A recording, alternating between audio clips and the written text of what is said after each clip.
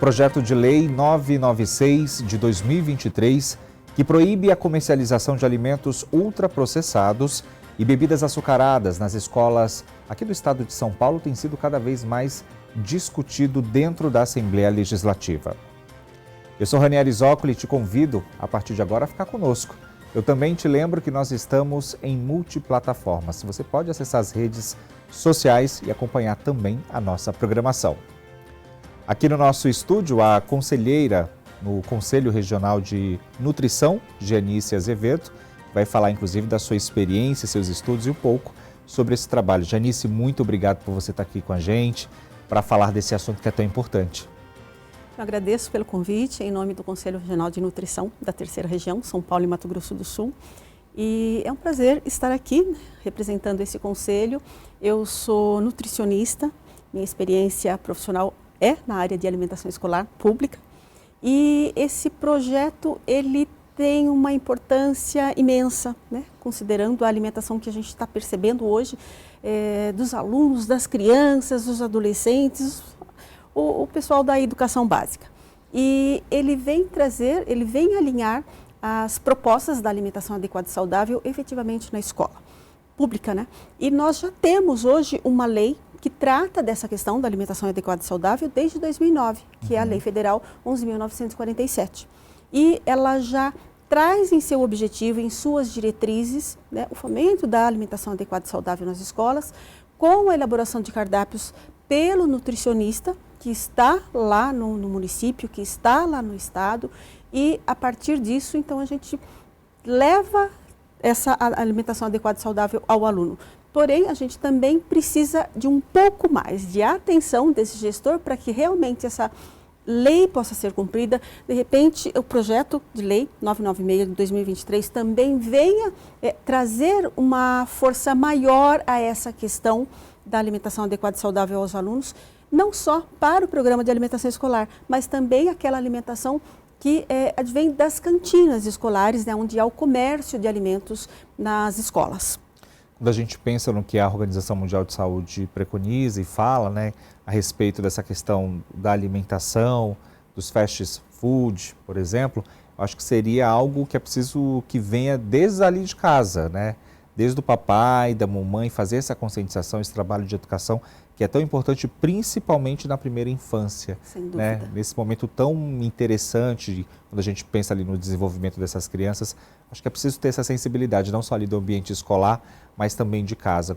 Como é que era essa realidade, então, antes da lei federal, né? Lá para 2008, 2007, como é que funcionava? Tinha fiscalização?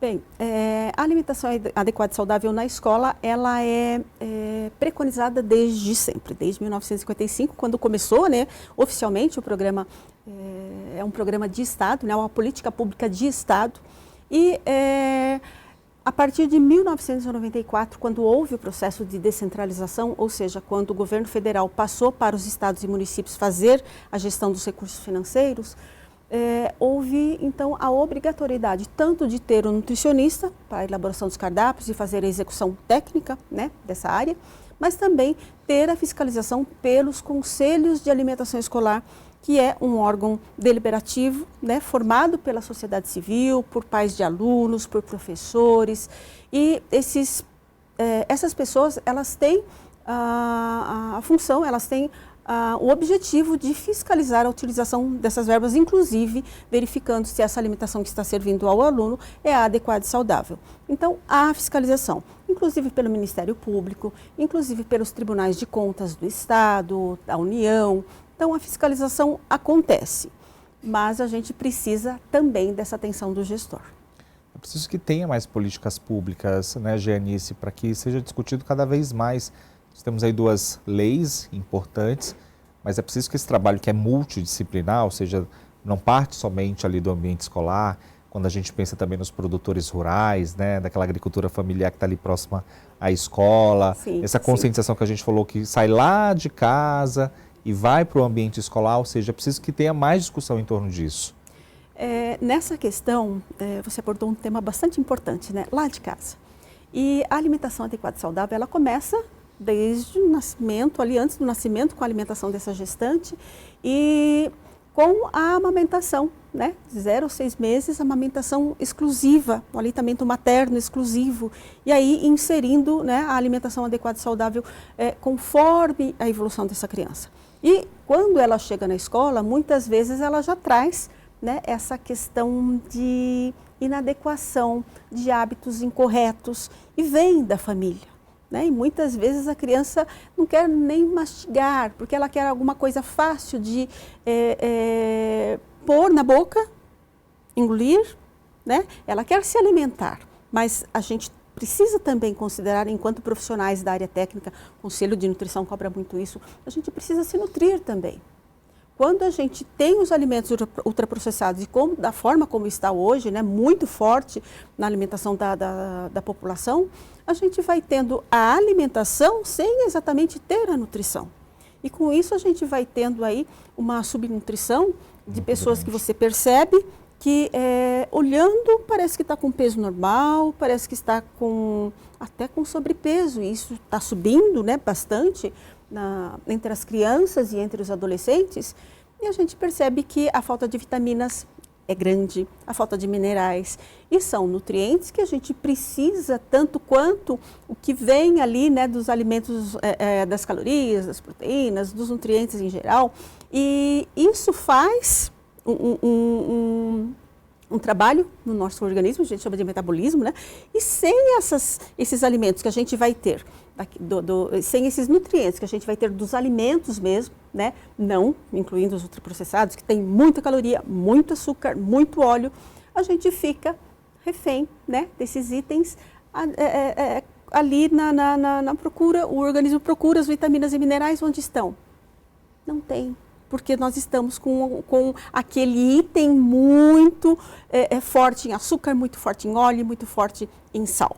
Então, a gente sabe que a indústria faz o seu trabalho, né, de processar, e é importante até para que a gente tenha esse processamento, para que a gente consiga ter esse alimento na nossa mesa, mas até um determinado nível. Os ultraprocessados, eles estão fazendo base da alimentação, muitas vezes, da população.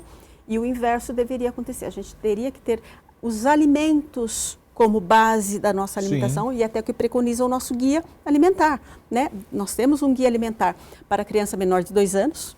Nós temos um guia maravilhoso também, que é o guia da população, o guia alimentar para a população brasileira, e que traz informações maravilhosas e que conversa de fato com essa população. Então, o que você fala, quando a gente pensa na alimentação da família, a gente está falando da alimentação do brasileiro, claro, da nossa mesa a partir de alimentos especificamente. Quando a gente fala nessa questão de ultraprocessados, a gente até tem aquela sensação de que a gente está cheio, mas é o que você falou, né? Não é uma alimentação adequada, não tem qualidade, né, nessa alimentação. E aí você vai fazer um exame lá, está te faltando tudo, todo tipo de vitamina, mineral, né? E como que a gente vai repor isso? Aí depois vem uma outra questão, né? Já entra a questão de saúde pública. Exato. Né? Acredito que também seja um desafio para vocês a lidar com a situação das crianças que vivem em situação de vulnerabilidade social. Até porque muitas delas têm ali na escola, e aí a gente fala de escola pública, e é uma realidade, principalmente no Norte e Nordeste, onde a criança tem na escola a sua principal refeição. Exato. Não tem o que comer em casa e vai comer o que tem na escola. Então, como que essa escola não tem a sensibilidade de se preocupar com isso? De oferecer essa única refeição ali daquela criança, que seja uma refeição de qualidade, né? Boa parte das crianças vai ter a alimentação adequada e saudável na escola, né? Com essa oferta, claro, das calorias. Às vezes até mesmo com condições dentro de casa, ela só vai comer bem ali na escola, porque a preocupação só é da escola, não é lá em casa, não é? Exato. E isso faz com que muitas vezes essa criança, ela seja a primeira a chegar ali no guichê de distribuição da alimentação escolar e seja a última a sair, porque ela fica o tempo todo ali naquele período de intervalo fazendo a sua refeição. Então a gente percebe essa criança, né? E é uma criança que, do ponto de vista socioeconômico, ela pode estar em vulnerabilidade. E chama a atenção do nutricionista, que é responsável por aquela escola, por aquele município, pelo estado, inclusive, que há ali uma questão necessária de nós termos um outro olhar, onde nós precisamos, então, ter o auxílio do diretor da escola para fazermos uma investigação com isso. Vai além, né, daquela ação, daquela atuação do nutricionista. Mas com esse olhar, ele pode levantar essa questão junto com a direção da escola, junto com os assistentes sociais, psicólogos talvez, uma equipe multidisciplinar. E quando a gente fala do PL 996 de 2023, no estado de São Paulo, que é o maior estado, que tem o maior programa, né, em nível nacional, a alimentação escolar do estado de São Paulo tem o maior número de alunos atendidos, por um governo só, pelo governo estadual. E com certeza ele virá trazendo esse olhar para o todo, né, para a alimentação escolar, para as cantinas, para o alimento que entra na escola. Mais uma vez eu comento, né, menciono, a gente precisa muito do auxílio desse gestor, desse olhar desse gestor, conforme você comentou, para a qualidade dessa alimentação que está chegando aos pratos desses alunos. Está mais provado, né, que é realmente um trabalho multidisciplinar, porque você citou aí, envolve ali assistente social, terapeutas, psicopedagogos, né, para avaliar certas situações. E aí eu lembro, minha mãe é psicopedagoga, eu lembro que uma vez ela chegou lá em casa contando uma história, e a gente fala isso aqui para ilustrar a nossa conversa, e alguém pode ser que se identifique. Tinha uma criança que tinha um déficit de atenção muito grande dentro da sala de aula e ela não entendia por quê, né? Já com essa leva de diagnósticos que a gente tem hoje, né, como TDAH, o espectro autismo, então, enfim, e não era esse caso. Enfim, quando foram fazer lá toda a avaliação, foram fazer uma visita lá na casa da criança, faltava comida na casa da criança, por isso o déficit de atenção. Então, assim, essa sensibilidade ali do corpo, né, de professores, ali da escola, de perceber, né, ir bem mais além ali daquela criança, chegaram nessa conclusão que era por conta da falta de alimento mesmo, não tinha comida em casa. Ele só comia na escola, ele ia para a escola porque ele queria comer, sim, não era para estudar. Sim. Esse é o caso, infelizmente, de muitos alunos. E quando você tem um PL com esse peso, porque é um peso importante e significativo com relação à qualidade, trazendo qualidade para a alimentação escolar, que a gente já tem preconizado pela Lei 11.947 e está regulamentado, inclusive, pela Resolução 6 do FNDE. Mas é justamente nessa questão que a gente pode combater os ultraprocessados, porque de repente ele pode ter acesso a ultraprocessado que tem preço relativamente menor, mas eu preciso de todos os nutrientes e não somente das calorias, não somente de lipídios, não somente de açúcar, preciso de todos. E quando a gente tem na alimentação escolar a oferta dessa alimentação equilibrada nutricionalmente, eu vou permitir que essa criança tenha ali no mínimo enquanto ela estiver nessa escola, porque o objetivo da alimentação escolar é atendê-la enquanto ela estiver na escola, que ela tenha essa alimentação e consiga, a partir dessa refeição, ter um aprendizado e não entre nessa situação conforme foi mencionada. E diante disso a gente tem também aquela questão que quando a gente tem o ultraprocessado presente, infelizmente, o organismo vai reagir também de uma forma diferente, né? Há diversas reações no organismo e que são decorrentes da presença do ultraprocessado. E quando a gente tem os alimentos, como a gente fala, né, os alimentos de verdade, nós vamos ter uma reação do organismo saudável, uma reação do organismo que permita a qualidade de vida, né, e esse aluno consiga ter o aprendizado adequado conforme é o objetivo da alimentação escolar. E durante todo esse trabalho que o Conselho vem fazendo, né, o que a gente pode destacar de desafios? É ter essa atenção do gestor com relação ao trabalho do nutricionista, fortalecendo, né, o Conselho tenta fortalecer esse trabalho do nutricionista lá no município, no estado, de forma que ele se sinta tranquilo para que chegue até o gestor e mencione para esse gestor o que é alimentação adequada e saudável.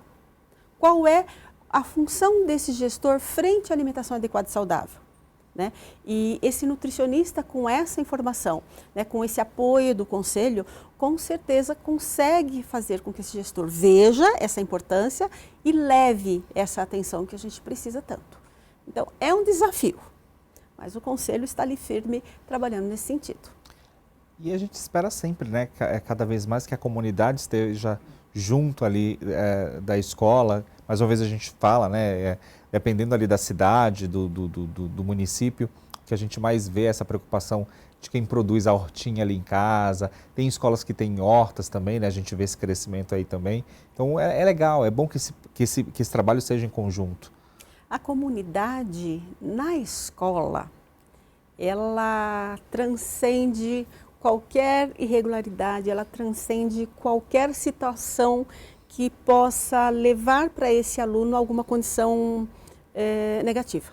Então, a presença da família, a presença dessa comunidade, com certeza vai fazer com que essa alimentação chegue ao aluno da forma como tem que ser, né? Com alimentos ali da agricultura familiar, com alimentos frescos, que vêm ali do próprio local, ao entorno da escola, e isso é alimento que saiu ali da horta, da escola, ou então saiu da horta ali da agricultura familiar no mesmo dia em que foi colhido e foi entregue. Então o alimento chega fresco ali e com certeza essa alimentação tende a ser adequada e saudável. Então eu acredito que esse PL, no caso de aprovação, vai trazer para o estado de São Paulo um benefício muito grande aí para esses alunos da educação básica. Até porque esses alunos da educação básica, eles são multiplicadores, né, daquilo que eles aprendem. A gente sempre fala, né, parece bobagem, engraçado, mas não é, né? A gente vê as crianças chegando em casa, por exemplo, quando se discute a situação da educação no trânsito, né? Olha, papai, lá na escola eu aprendi que você tem que colocar o cinto, não pode ficar sem cinto. Então a gente percebe que as crianças ali da educação básica, elas representam isso, né? Esse poder ali de transformação, de impacto, e que esse cuidado e essa sensibilidade venha justamente para isso, para ser impacto na vida dessas pessoas, né? Mudar essa realidade que é tão visível, né? Quando a gente fala dessa questão de ultraprocessados, né? Da qualidade de vida que a gente tanto se discute, mas que parece que na prática pouco acontece. Hoje as famílias estão perdendo, né, aquela motivação para se sentarem à mesa e fazerem as suas refeições. E na escola o aluno se senta à mesa, ele é servido, ele se senta à mesa e faz as refeições com os seus colegas. E ele leva essa questão, como você falou, para casa também. Na minha atuação, muitos alunos pediam para que os pais colocassem as refeições, as preparações na mesa e fossem para a mesa fazerem as refeições. A gente sabe que hoje muitos ficam separados, um come num local, outro come em outro, em frente das telas. E isso também é uma motivação, infelizmente, é uma motivação negativa para que esse aluno, ou para que essa criança, para que esse adolescente queira fazer sua refeição rapidamente. Então, ele, em frente às telas, ele vai fazer a sua mastigação muito mal feita. Ele quer alimentos que possa consumir rapidamente para ficar livre. Então, isso tudo faz com que a alimentação adequada e saudável, que precisa de mastigação, que precisa de um momento ali para fazer a sua refeição, acabe não acontecendo. E quando ele lá na escola leva essa experiência para sua casa, ele faz exatamente isso. Ele revoluciona lá na casa e essa experiência ela é disseminada ali entre a família. Olha, a gente vai para o intervalo, no próximo bloco tem muito mais coisas para a gente falar, né? Inclusive, você que está acompanhando a gente, e aí, como é que é a situação na sua casa? Você descasca mais, né? Vai tirando ali a embalagem dos alimentos, como é que é a realidade aí? Participa com a gente. A gente vai para o intervalo, daqui a pouquinho a gente volta com muito mais.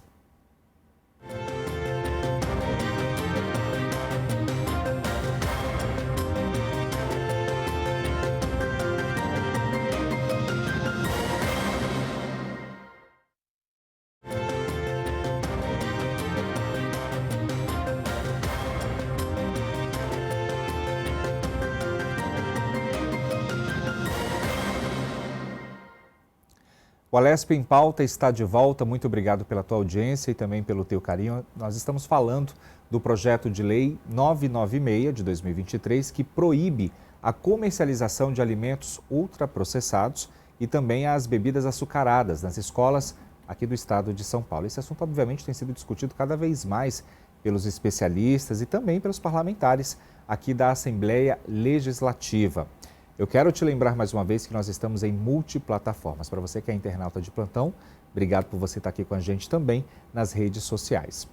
E aqui no nosso estúdio nós estamos batendo um papo com a conselheira do Conselho Regional de Nutrição, a Jeanice de Azevedo, e também o Dr. Carlos Eduardo Serafim, endocrinologista, que vai falar mais sobre esse assunto também. Doutor, seja bem-vindo para entrar nessa discussão que é tão importante. Obrigado. Muito obrigado pelo convite. Vai ser um prazer colaborar dentro do possível com essa discussão que eu acho que é de suma importância para as nossas crianças e adolescentes. Estava batendo um papo com a Jeanice aqui no primeiro bloco, né? A gente falou sobre o papel do conselho, essa questão de discutir cada vez mais também as políticas públicas, que esse seja um tema, uma pauta dentro de casa, né? O papai, a mamãe, o responsável, precisa falar cada vez mais sobre esse assunto, né? Parece sempre redundante a gente falar, tem que descascar mais ali os alimentos, comer mais alimento saudável, nada de levar refrigerante para dentro da escola, né? Que seja uma pauta ali na mesa da família, né, doutor? Sem dúvida, né? Ainda mais num país em que a gente tem 1/4 da população adulta com obesidade, quase 60% acima do peso ideal, né? E dentro das crianças, 10%, variando de acordo com a pesquisa, já com obesidade, né? Uma criança com obesidade é uma realidade, né? É uma realidade a obesidade infantil. E é uma preocupação também da Organização Mundial de Saúde, né? Sem dúvida. E é uma fase crítica também para você formar tanto seus hábitos alimentares, seus paladares, seus gostos, seus rituais, né? E a criança não necessariamente ela vai ter o drive pelo mais saudável instintivamente, ela vai ter o drive pelo mais palatável, né? E a função também da escola, do poder público, dos pais, de inserir uma alimentação mais saudável na vida dessas crianças para que sejam adultos mais saudáveis, né? E que contribuam mais para a sociedade também futuramente. Quando a gente fala dessa questão de alimento saudável, parece óbvio, né? Mas o que é legal, assim, a mãe ter essa preocupação, sensibilidade do que colocar ali na lancheirinha da criança para que ela leve para a escola? O que a gente daria de exemplo? Eu acho que um termo que se utiliza bastante é o alimento in natura, né? Então, ou minimamente processado. O projeto em particular fala dos ultraprocessados. Vou começar daí porque eu acho que é mais fácil depois entender o que é o in natura ou minimamente processado. Ultraprocessado é aquele que já não guarda semelhança nenhuma com o alimento natural, como ele é encontrado na natureza, né? À medida que você processa o alimento, você perde valor nutricional e você vai acrescendo gorduras, açúcares, sais, conservantes, aromatizantes, substâncias derivadas de petróleo, resíduos de plástico, né? Enfim, você tem... Até isso tem nos alimentos? Tem uma estimativa que a gente consuma 5 gramas de plástico, de micropartículas de plástico, por semana, que é um cartão de crédito de plástico por semana. É difícil avaliar isso, né? Mas alguns estudos... E assusta também. Comi um cartão de crédito na semana. Pois é. Que horror. E esse plástico ele vem tanto do processo de produção dos alimentos, quanto das embalagens plásticas, né? Dos reservatórios, enfim. Então tem essa estimativa de que a gente faça uma ingesta de micropartículas de plástico de forma bem abundante. O plástico também entra, né, na cadeia alimentar, nos oceanos, né? Os peixes se alimentam de micropartículas de plástico que a gente joga no oceano e acaba entrando na nossa cadeia alimentar, né? Ou a gente se alimenta diretamente do peixe ou de outros animais que se alimentem dele, né? Mas o ultraprocessado, então, ele é aquela coisa que ou foi criado em laboratório ou o alimento foi transformado que não guarda semelhança, né? Do outro lado, a gente tem o in natura, por exemplo, um abacaxi. Um abacaxi é uma fruta que você encontra na natureza, é um alimento in natura. Se eu falar de um suco em pó de abacaxi, isso é um ultraprocessado, porque ele não tem absolutamente, provavelmente a maioria deles nem tem abacaxi lá no meio, né? Então, já um abacaxi em conserva é um processado, que é um degrau um pouco abaixo, né? Isso tudo, quem tiver interesse, tem um manual nutricional para a população brasileira de 2014, que foi feito no nosso país, que tem, região a região, sugestões de cardápios. Legal. É muito interessante, né? Respeitando as regionalidades, os gostos regionais de cada pessoa. Mas, basicamente, eu acho que para a mãe que está em casa, é pensar, se eu acho na natureza, se eu posso colher, plantar, lavar, higienizar, isso é um alimento in natura e é melhor para a sua criança, né? Se isso é feito num laboratório, é feito numa indústria, é pior do ponto de vista nutricional, é pior do ponto de vista de atrapalhar o funcionamento dos circuitos no cérebro que regulam a saciedade, em gerar uma compulsão por alimentos como esses, né? E tem um valor nutritivo muito inferior, como a doutora deve ter comentado no primeiro bloco com vocês. Agora, sim, e essa pergunta aqui vale para os dois, tá? Mas assim, eu fico imaginando a dificuldade que o pai e a mãe têm ali, por exemplo, de colocar essa comida cada vez mais saudável dentro de casa e oferecer isso para a criança, né? Se você não vem ali de uma educação alimentar desde os primeiros meses e você vai acompanhando aquilo aí, deve ser muito difícil, porque daí tem aquela questão das embalagens bonitinhas, né, que chamam bastante a atenção, e aí tem sempre essa briga do mercado, né, com a Organização Mundial de Saúde. Deve ser muito difícil ser pai nesse momento aí, educar essa criança a comer bem. A indústria, ela faz essa produção de uma forma que seja realmente atrativa, né? Que seja colorida, que seja palatável, que seja aos olhos, né, bem atrativa. A gente já come com os olhos ali. E isso, de certa forma, começa lá na infância mesmo, né? É claro que a gente vai, a partir do aleitamento materno, fazendo essa introdução da alimentação adequada e saudável, fazendo a introdução dos alimentos também, conforme esse crescimento adequado ao crescimento dessa criança. E a educação alimentar, conforme você mencionou, ela é um ponto estratégico na escola, né? Porque a partir dessa ação, desde bebê a gente já consegue fazer educação alimentar, levando brincadeiras, né, com alimentos para essa criança. E essa é uma ação também obrigatória, né, legalmente obrigatória. E por isso que eu falo, que a gente precisa do gestor. A educação alimentar e nutricional na escola, fazendo parte do currículo escolar, ela vai levar para essa criança uma consciência da alimentação adequada e saudável, que ela vendo ali no prato, essa alimentação adequada e saudável é uma continuidade do que ela viu na classe, e isso que ela está vendo, associando aí como um complexo, né, ela vai levar para casa dela, né? Então, a gente sabe que tem algumas coisas que vêm de berço.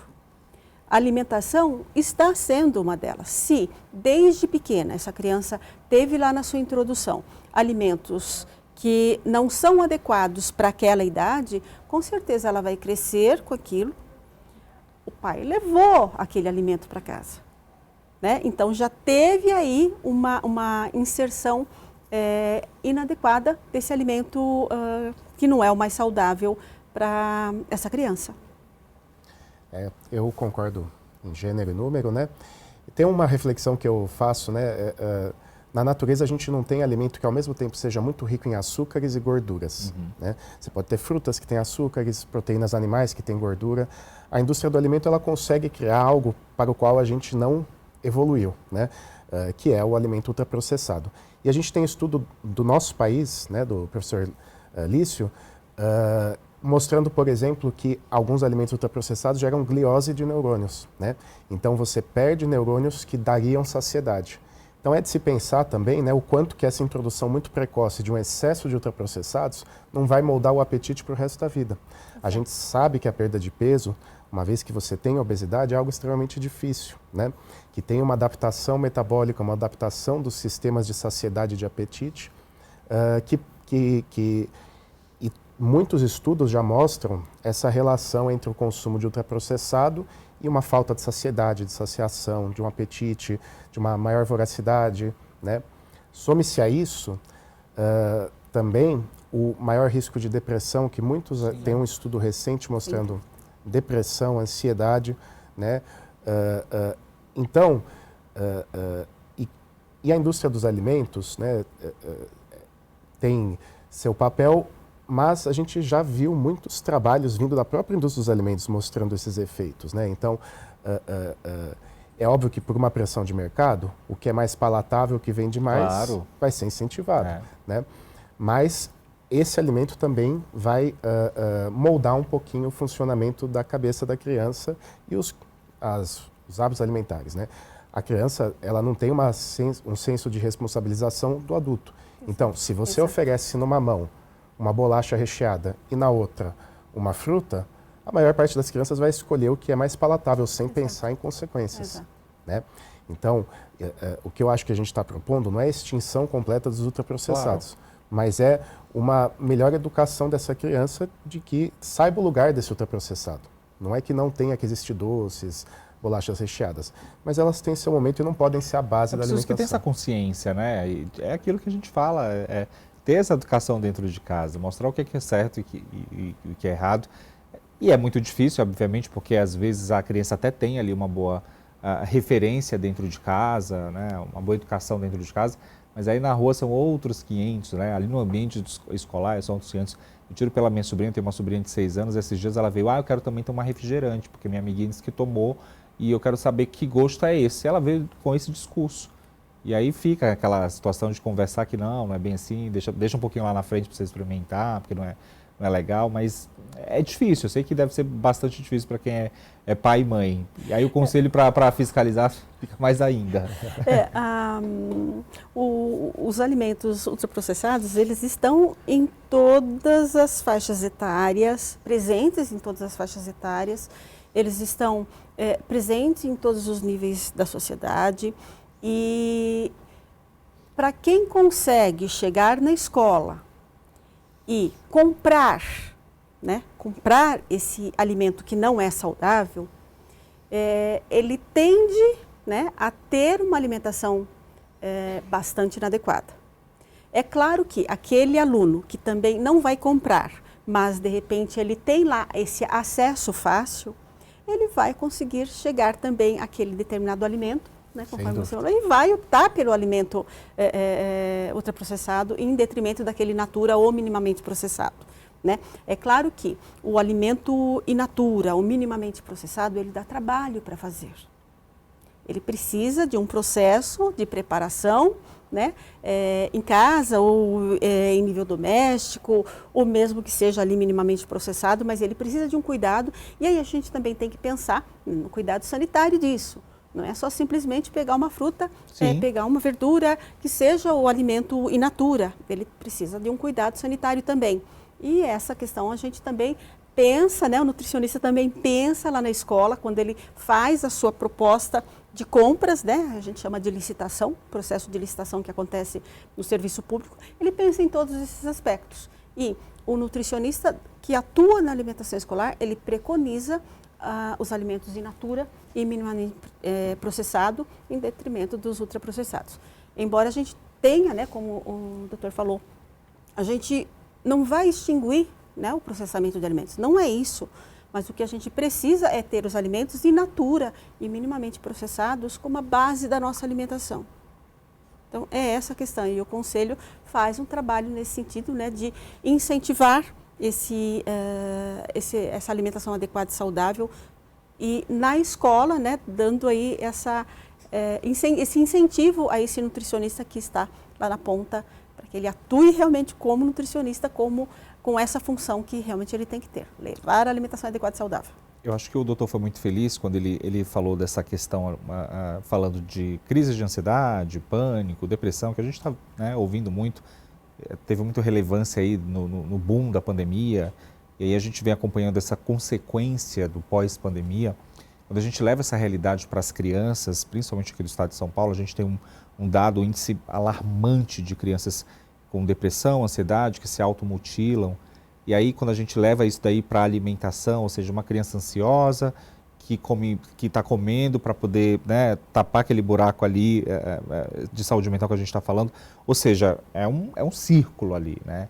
E que se não fosse ali a medicina integrativa, por exemplo, para cuidar cada vez mais desse paciente e olhar esse paciente de uma outra forma, muita coisa acho que seria bem pior, o cenário seria bem pior do que a gente está vendo. Porque se discute muito sobre a medicina integrativa cada vez mais, né, doutor? A gente está falando, né, medicina integrativa é um termo que tem se usado bastante, né? E na verdade não existe essa especialidade, talvez todos os médicos devessem ser médicos integrativos. Mas já era assim no passado, né? Aquele médico da família que ia lá e conhecia o paciente do avesso, do lado do outro, né? E está voltando, parece. A gente tem os ultra especialistas, né, que todos têm seu papel, mas eu acho que é importante ter uma visão até de promoção, de prevenção de saúde, e a nutrição é fundamental nesse ponto, né?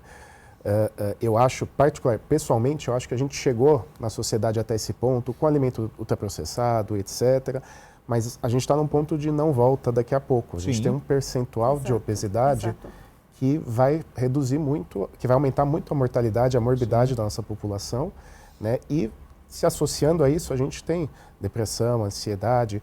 Aí a pessoa em depressão e ansiedade muitas vezes está mais vulnerável a consumir alimentos que tenham menos preparo e que sejam mais rápidos e deem um retorno, um prazer mais rápido, né? Então eu acho que a gente tem realmente que repensar. Eu entendo que os pais também estão nessa lógica, muitas vezes deprimidos, ansiosos, sem tempo, deixa a criança em casa e não tem o tempo para preparar esse alimento. E é por isso até que eu acho que o poder público tem que ajudar a vida desses pais e tem que, sempre que possível, colocar, né? Uma grande inovação dos manuais nacionais, inclusive de nutrição, foi justamente colocar naquela pirâmide alimentar, na base da pirâmide, alimentos in natura e minimamente processados. Né? Se você pensar sem gastar tanto tempo, sem muito requinte, muitas coisas difíceis de achar de nutrição, se você pensar dessa forma, diminuir ultraprocessados e aumentar o consumo de alimentos in natura ou minimamente processados, você já vai ter uma alimentação 300% melhor do que a média que a gente está observando por aí. Não precisa de muito, né? Pode. Esse documento que o doutor comentou, né, o nosso Guia Alimentar da População Brasileira, e temos também o Guia para Criança Menor de 2 anos, ele traz exatamente esse exemplo, esses modelos conforme as regiões, e falando do alimento como um alimento, né? Tudo em termos de alimentos in natura e minimamente processados é a base do nosso guia, né? E são guias que falam com a população, tanto para a criança menor de 10 anos como para a população brasileira. Uma linguagem muito simples, acessível, né? O Ministério da Saúde fez um material magnífico que é explorado por pesquisadores do mundo inteiro, né? Tanto que depois, né, do nosso guia, muitos outros países já adotaram guias parecidos, né?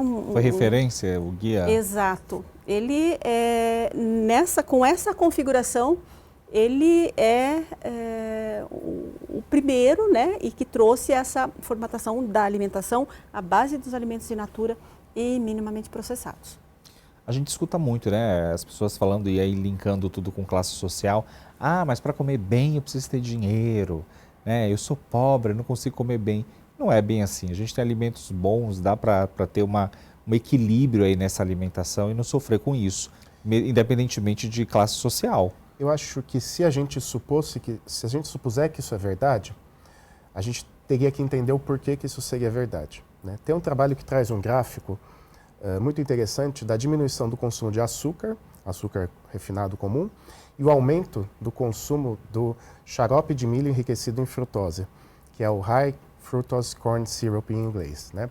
O xarope de milho enriquecido em frutose tem diversos trabalhos mostrando particularidades e como é pior até do que o açúcar, possivelmente, tanto em níveis de inflamação do sistema nervoso central, nível de potencial de estímulo de centro de recompensa, de resposta de dopamina, só que ele é muito mais barato, né? Então, da onde que vem os incentivos que promovem, quer dizer, como país, a gente quer incentivar a nossa população, nossa indústria a fazer coisas ultraprocessadas ou a fazer coisas in natura? Eu acho que isso é uma dúvida, porque, primeiro que o manual, eu acho que é muito feliz, o Guia Alimentar para a População Brasileira é muito feliz em regionalizar, inclusive. Sim. Então, você vai ter prato para o Nordeste, você tem prato da região Sul, né? E humaniza a coisa, né? Exatamente. Eu me sinto próximo ali, vendo que a gente tem. Ele traz o hábito alimentar regional. É. E mesmo dentro de um mesmo estado. Tem diferenças, né? O pessoal do sul, do norte, do nordeste do estado, tem diferenças. Então, ele se apropria dessa questão do hábito alimentar saudável. E isso a gente pensa também na cultura alimentar. A cultura alimentar do brasileiro, ela é saudável. Só que a gente está invertendo as coisas, né? E trazendo uma alimentação que, como o doutor comentou, isso a longo prazo ele vai ter aí uma consequência que não vai ser nada agradável, inclusive para a saúde pública. E como você também comentou, dentro das políticas públicas, uma das formas de nós termos melhor acesso ou maior acesso seria a redução dos impostos para os alimentos in natura e minimamente processados. E não é o que a gente vê, né?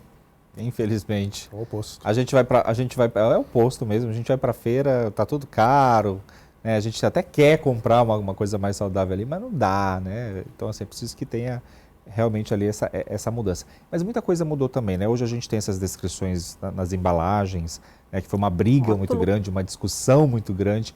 Hoje a gente já consegue ter uma noção do que é aquele, né, aquele alimento que está enlatado, dentro da caixinha. Queria que vocês comentassem sobre isso. Eu acho essa medida extremamente, né, essa medida foi inspirada em outros países que fizeram, tem evidência de bons resultados, né? E eu acho interessante para a população, quando está no mercado, olhar ali, por exemplo, bolacha de água e sal. Poxa, eu não sabia que essa bolacha de água e sal tinha gordura, não é água e sal, né? Não é intuitivo, mas você vê que tem muito alimento que é extremamente acrescido de açúcar ou de gorduras e que você não imaginava. A pessoa acha até que muitas pessoas olham e acham que são coisas saudáveis, possivelmente. Sim, né? verdade. Por exemplo, vou trocar meu pão francês por essa bolachinha bem industrializada. Dependendo da bolachinha que a gente está falando... Mas até um biscoito integral. É, até um biscoito integral, que talvez nem seja integral, né? É melhor o pãozinho francês? Vou deixar para nutricionistas. O que a gente precisa saber são os ingredientes utilizados. Se tem muito fermento, se não tem? A questão são os ingredientes. Quando a gente pega o rótulo, né, e a nossa rotulagem nutricional foi realmente trazida aí de exemplos de outros países, teve uma discussão imensa, era para nós estarmos já com a rotulagem frontal, né, indicando se aquele alimento tem muito açúcar, se ele tem muita gordura ou muito sal adicionado, tá? Não que faça parte daquela composição do alimento. São os ingredientes adicionados. Então, tem que vir com aquela rotulagem frontal. Mas houve aí mais um tempo para que a indústria, né, consiga se adaptar. Nosso prazo era até outubro. Foi dado mais um prazo, aí, mais um tempo para a indústria se adaptar, podendo utilizar as embalagens antigas. Mas quando a gente pega um rótulo de alimentos, a primeira coisa que a gente tem que ver, qual o primeiro ingrediente? O primeiro ingrediente é o que vai estar ali compondo em maior proporção aquele alimento. Por exemplo, se a gente pega lá um alimento, o primeiro item é açúcar. Com certeza é um ultraprocessado. Se você pegar o restante dos ingredientes, você vai perceber que tem lá aquelas letrinhas que a gente não conhece, que a gente não conhece termos. Inclusive, quando você comentou de plástico, eu já vi rotulagens incluindo látex na sua composição. Então, a gente está chegando num ponto, acho que com um perigo muito maior do que a gente pensa. Ou seja, um alimento literalmente artificial, né? Porque ele vai ter o açúcar, vai ter o corante, vai ter o aromatizante, que vai dar ali, vai fazer alguma coisa, entre aspas, né, similar àquele que ele está acostumado. Mas, quando você pega todos os ingredientes, vem os corantes, os aromatizantes, que vai enfatizar muito aquelas questões que o doutor comentou, né? Vai ajustar o organismo para atuar com aqueles ingredientes que não são alimentos, e aí é onde vamos ter aí a obesidade acompanhada de cardiopatias, de diabetes, de problemas renais acentuados. E aí, quando a gente fala do pão francês, conforme você falou... Eu já ia te perguntar, você está me enrolando para falar do pão francês. Não, o pão francês, a base dele é água, trigo, fermento. É essa a base do pão francês. Qualquer outra coisa adicionada além disso já não seria o pão francês. Posso deixar ele no meu café? Pode deixar no seu café. Opa, verifica lá na sua Deus. Padaria quais ingredientes que compõem. Porque se ele colocar alguma coisa lá que seja além disso, vai estar diferente. Talvez a característica, a aparência seja similar, que é o que se quer, né? Mas já vai fugir daquele pão francês, que nós estamos considerando como um alimento preparado. Eu estava lendo, né? A gente comenta tanto sobre a inteligência artificial e cada vez mais essa tecnologia que parecia ser muito distante da gente que já está aqui. O pessoal falando na internet, daqui a pouco vai ter, os alimentos estão tão artificiais, daqui a pouco vai ter alimento sendo feito aí pela inteligência artificial, né? Pelo amor de Deus. Não, a gente também não quer chegar tanto assim. A gente falou do pãozinho, né? Que muita gente fala. Quando a gente pensa nesses mitos e verdades, doutor, vamos falar do açúcar e sal. Quem que continua sendo o grande vilão disso tudo? Porque a gente tinha um certo tempo aí que a gente falava muito do sal. Nossa, o sal. Mas parece que o açúcar vem ganhando mais espaço aí nessa questão de vilão. Eu acho que, de uma forma geral, sim, dada a importância de obesidade, né? Eu acho que a gente está falando de coisas que não precisa ser um ou outro, né? E eu acho que é importante o que a doutora colocou aqui, porque uma dieta saudável não necessariamente é uma dieta enfadonha, uma dieta chata, Sim. né? Eu acho que a gente, às vezes, fica se privando, por exemplo, do pãozinho, mas consome um ultraprocessado, consome um fast food, um junk food, né? O que na literatura se chama até de dieta ocidental, dieta ocidentalizada. Eu brinco até que é a dieta norte-americana, né? Que é o fast food, muita coisa industrializada. Dentro das coisas industrializadas você tem 10 mil opções, né? O sódio, o sal na dieta, ele tem sua importância quanto à saúde cardiovascular, pessoas hipertensas, né? O que eu acho que vale como regra de bolso com relação ao sal é não adicionar sal em todas as etapas de um preparo de um alimento, né? Por exemplo, e a gente tem esse hábito, e eu estou falando de sal, mas serve óleo também. Vou refogar a cebola, jogo óleo. Ponho alho, jogo óleo, né? Então, e observar nos rótulos dos alimentos industrializados que vários deles vão ter muito sódio, né? Inclusive, quando a doutora comentou aqui de alguns industrializados e de olhar o rótulo, várias dessas substâncias são extraídas do petróleo, né? Desde adoçantes, aromatizantes, né? Eu acho que teve um seriado recente num canal de assinatura online que o título era bem interessante, Você é o que você come, né? E, de certa forma, eu acho que a gente pode usar esse raciocínio, né? A sua saúde é o que você come, talvez, né? A sua saúde daqui a 10, 15, 20 anos, né? Eu tenho visto crianças e adolescentes com diabetes tipo 2, coisa que 20, 30 anos atrás chamaria muito atenção ver no consultório uma criança já com diabetes. E hoje está ficando comum, né? É relativamente comum. E você tem uma criança com obesidade grave com uma expectativa de vida a 40, 50 anos de idade só, né? Isso sem contar as restrições que essa criança tem, né? Ao preconceito que ela vai sofrer, né? E a gente encara, às vezes, obesidade como se fosse uma coisa de mérito, é porque não quer.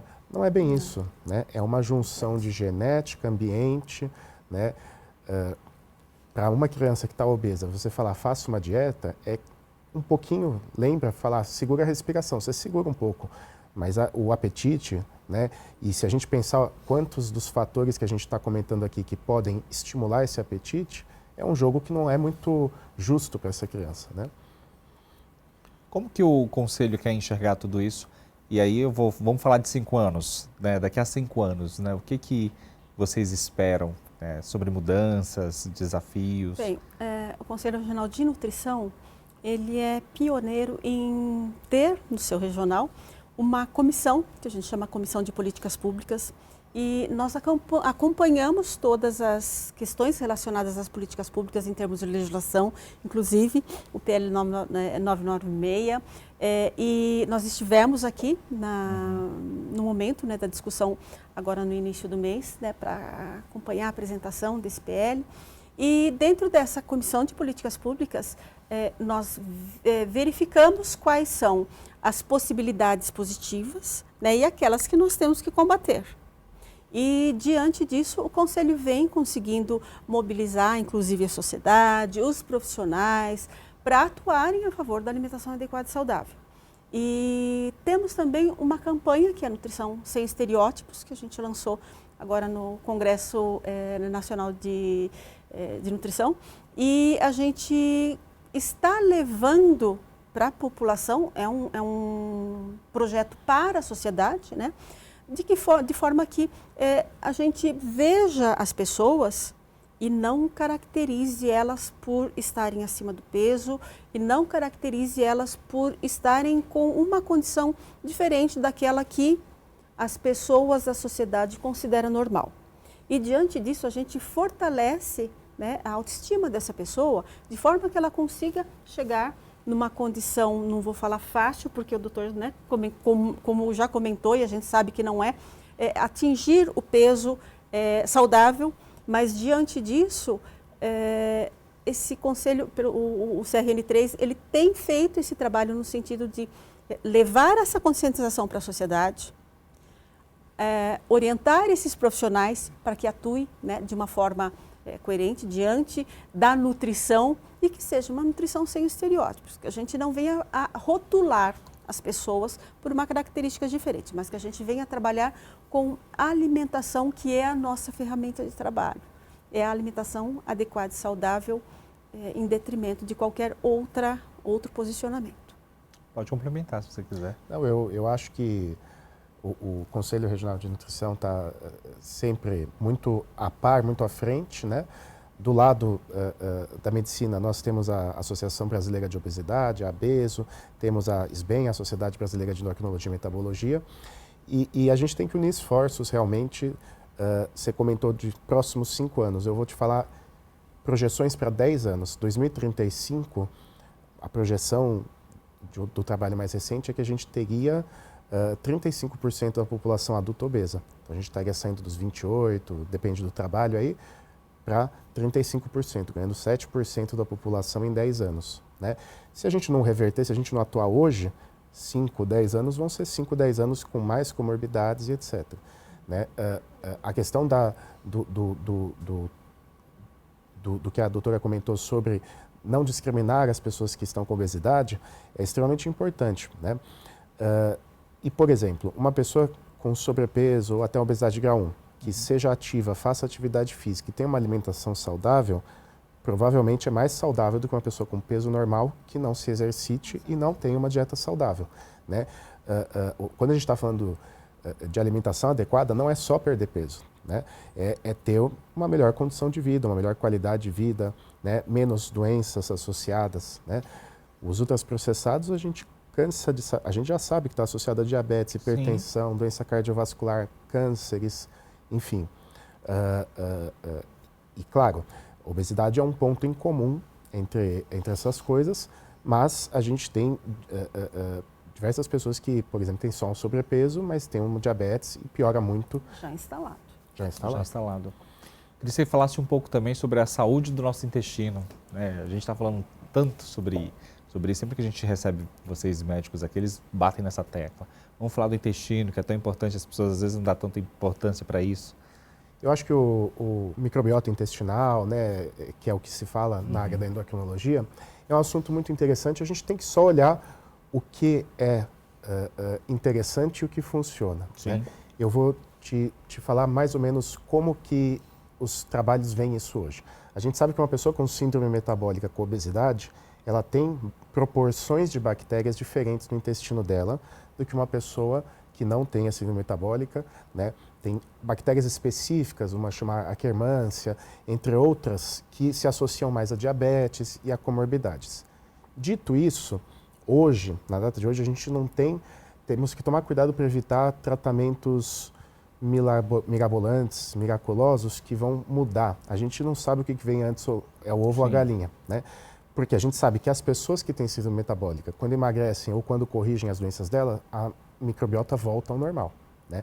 Então, é um assunto extremamente interessante, tem sido feitos estudos extremamente elaborados, né, com genotipagem, né, analisar o DNA dessas bactérias, né, ver o grau de inflamação que você tem no intestino, mas hoje, né, isso é um marcador de síndrome metabólica, né, a gente sabe, por exemplo, do outro lado, que o ultraprocessado, voltando de novo, né, ele se associa, o consumo elevado de ultraprocessado se associa a uma mudança também da microbiota intestinal.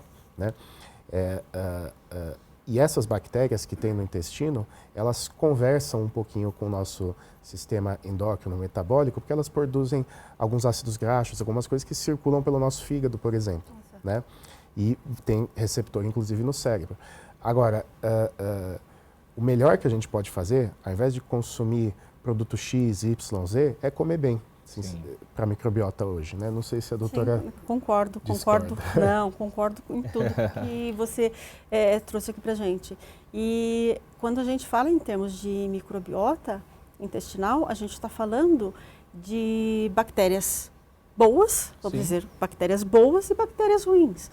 Aquelas bactérias ruins, se elas estão em maior proporção, elas vão dificultar esse processo de digestão, inclusive, e de absorção desses nutrientes. Né? A digestão seria ali no estômago, deixar esses alimentos de um tamanho, né, em que facilite a entrada do organismo, a entrada desses nutrientes para o sangue, né? A saída ali do intestino e indo para o sangue. E quando a gente tem bactérias boas, né, que a gente chama de probióticas, elas vão favorecer, né, esse trabalho. O organismo vai aproveitar melhor esses nutrientes que estão sendo consumidos. E nesse ponto, uma questão muito importante é sempre estar atento ao que você está colocando no seu prato. O que você coloca no seu prato? O que você coloca no seu copo?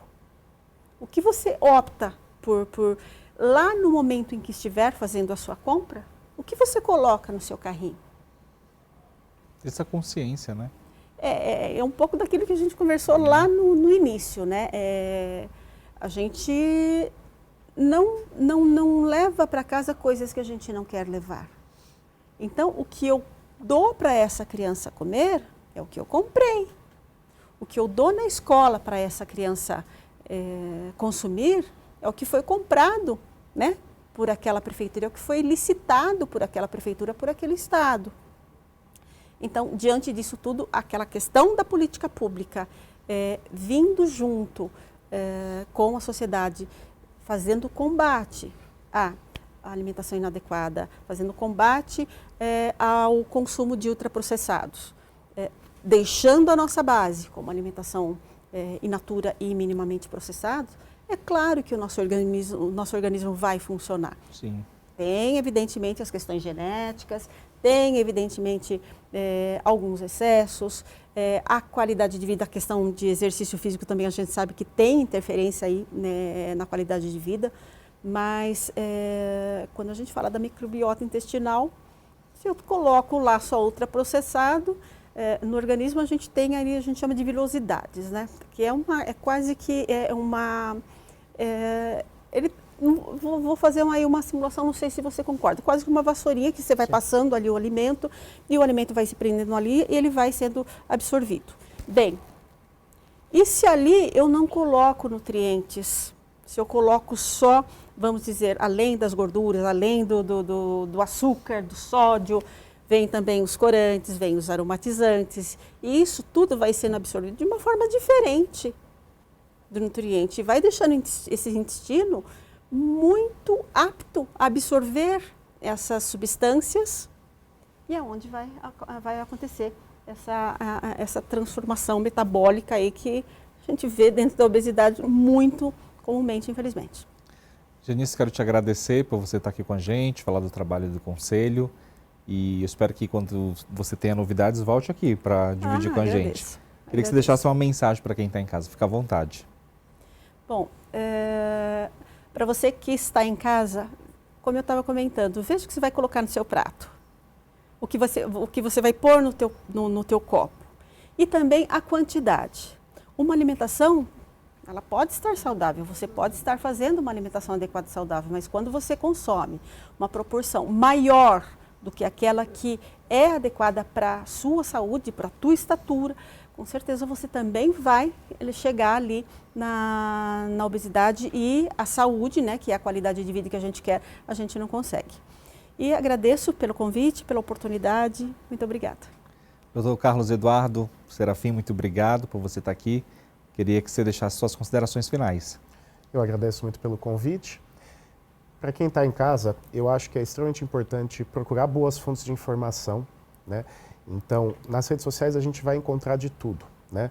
Com diversos interesses. Procurem informações do Conselho Regional de Nutrição, procurem informações da Sociedade Brasileira de Endocrinologia e Metabologia, né? E estimulem essa curiosidade de, quando você está no mercado fazendo suas compras do mês, não olhar só o preço, o valor financeiro do produto, mas olhar o preço calórico, olhar se tem açúcar, se tem gordura, se tem sal acrescentado.